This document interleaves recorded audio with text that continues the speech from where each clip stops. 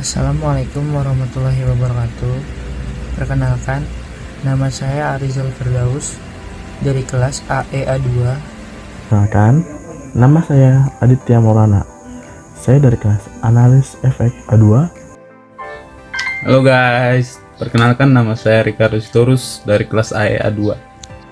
Pada video ini, saya dan teman-teman akan mereview buku pengantar akuntansi 1 yang dikarang oleh Ali Mahmud. Pada buku ini terdapat berbagai subbab, namun saya hanya menjelaskan di subbab pertamanya saja. Langsung saja kepada materinya, yaitu ada akuntansi pemerintahan. Dalam rangka pendayagunaan sumber-sumber ekonomis, pemerintahan sudah banyak membutuhkan seorang tenaga akuntan yang digunakan untuk melaksanakan pemeriksaan atau auditing pada lembaga-lembaga atau proyek-proyek pemerintahan. Biasanya, pemeriksaan ini dilakukan oleh BPK atau sering juga disebut kantor akuntan negara. Selanjutnya ada akuntansi sebagai bidang pengetahuan. Perkembangan di dalam dunia bisnis, teknologi, dan informasi mengakibatkan pemakaian informasi akuntansi semakin luas di dalam berbagai aspek. Kondisi ini mengakibatkan perkembangan pengetahuan akuntansi, diantaranya yaitu yang pertama ada akuntansi biaya atau cost accounting. Pengetahuan ini mempelajari tentang akumulasi biaya untuk penentuan kos suatu produk, khususnya dalam perusahaan pabrikasi atau manufaktur. Dan di samping bidang pengetahuan ini digunakan juga untuk kepentingan perencanaan dan pengambilan biaya. Hasil akhir proses akuntansi biaya biasanya dalam bentuk laporan internal yang disajikan untuk kepentingan manajemen untuk pengambilan suatu keputusan. Yang kedua ada akuntansi biaya atau financial accounting. Bidang ini membahas masalah pencatatan transaksi-transaksi keuangan yang terjadi dalam perusahaan atau suatu unit organisasi ekonomi lain dan menyangkut penyusunan berbagai laporan periodik seperti misalnya neraca, laporan laba rugi, laporan perubahan modal, dan laporan aliran kas. Selanjutnya yang ketiga ada akuntansi manajemen atau manajemen accounting. Dibandingkan dengan akuntansi biaya, akuntansi manajemen mempunyai cakupan yang cukup luas. Karena fokus dari akuntansi manajemen adalah tidak hanya pemanfaatan informasi akuntansi biaya saja, akan tetapi informasi-informasi lain seperti informasi non-akuntansi dan informasi kualitatif juga menjadi bahan pertimbangan untuk pengambilan keputusan dan untuk pengendalian seluruh kegiatan pada perusahaan tersebut. Yang keempat, ada sistem akuntansi atau accounting system. Istilah sistem akuntansi sekarang ini mempunyai arti sebagai pemrosesan data keuangan dengan cara manual. Dengan adanya kemajuan dalam bidang teknologi komputer telah menggeser cara pemrosesan data secara manual dengan pemrosesan data secara elektronis.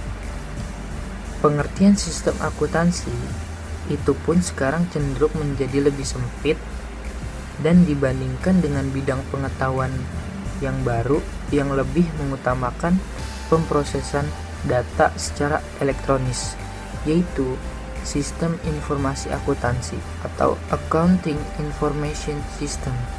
Dan yang kelima akan dijelaskan oleh teman saya. Dan di sini saya akan menjelaskan tentang akuntansi sebagai bidang pengetahuan. Dan di sini saya akan menjelaskan yang poin kelima, pemeriksaan. Di bidang pengetahuan ini sering disebut dengan istilah pemeriksaan akuntan. Dan bidang ini membahas tentang prinsip, prosedur, dan metode-metode pemeriksaan laporan keuangan untuk memberikan pendapat tentang wajarnya penyajian laporan keuangan.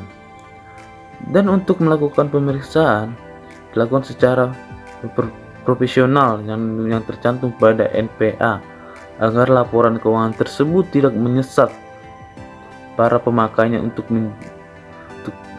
pemakainya. Dan untuk menjadi seseorang pemeriksa laporan keuangan itu dilakukan secara independen dan diperlukan persyaratan yang telah mengikuti pelatihan yang cukup dan mempunyai keahlian di dalam bidang pemeriksaan tersebut. Dan yang keenam, akuntansi pajak. Akuntansi pajak adalah proses penetapan besarnya pajak terutang yang dihitung berdasarkan laporan keuangan yang disusun oleh perusahaan. Nah, di bidang ini membahas tentang transaksi perusahaan dan metode-metode yang digunakan untuk tujuan meminimumkan pembayaran pajak tanpa harus melanggar peraturan yang ada, serta membahas berbagai peraturan perpajakan yang berpengaruh dalam laporan keuangan. Dan tujuan akuntansi pajak yang pertama adalah relevan, dapat dimengerti, daya uji, netral, tepat waktu, daya banding, dan lengkap. Dan yang ketujuh, akuntansi pemerintah. Suatu lembaga pemerintah yang mempunyai karakteristik yang berbeda dengan organisasi lainnya. Hal ini menyebabkan karakteristik dan pelaporannya. Akuntansi pemerintah khusus mempelajari perakayaan akuntansi untuk organisasi pemerintah. Di dalam akuntansi pemerintah akan dibahas tujuan pelaporan keuangan dan pemakaian laporan dan karakteristiknya, prinsip pelaporan yang sesuai dengan sistem akuntansi pemerintah. Dan yang ketiga, yang terakhir, jenis dan bentuk perusahaan. Sini saya akan menjelaskan jenis dan bentuk perusahaan. Jenis perusahaan tersebut ada yang saya jelaskan ada 3. Yang pertama, perusahaan jasa, perusahaan dagang, dan perusahaan manufaktur. Nah, dan bentuk perusahaannya adalah suatu organisasi yang disebut sebagai perusahaan apabila organisasi tersebut melakukan kegiatan ekonomi untuk menghasilkan barang dan jasa yang bertujuan untuk menjual dan untuk memperoleh laba. Unsur memperoleh laba merupakan karakteristik khusus untuk membedakan organisasi perusahaan dan organisasi lainnya. Untuk melakukan kegiatan ekonomi, yaitu merubah atau memproses sumber ekonomi atau faktor-faktor produksi menjadi barang dan jasa, dan kemudian dijual kepada masyarakat. Dan untuk melakukan penjualan barang dan jasa itu harus diperlukan dana yang biasanya berasal dari pendiri dan pemilik perusahaan.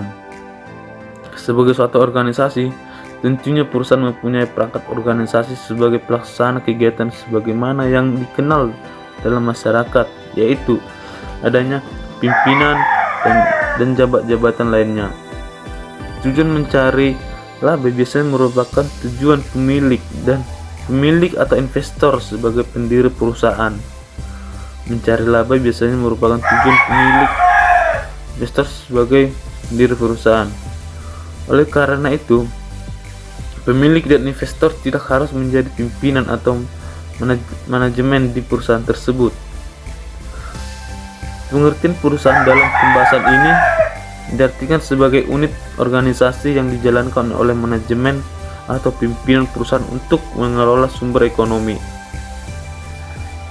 yang dipercayakan kepada oleh pemilik atau investor dengan cara melakukan memproduksi barang dan jasa dengan tujuan untuk memperoleh laba bagi para pemilik yang menginvestasikan dananya ke dalam perusahaan tersebut.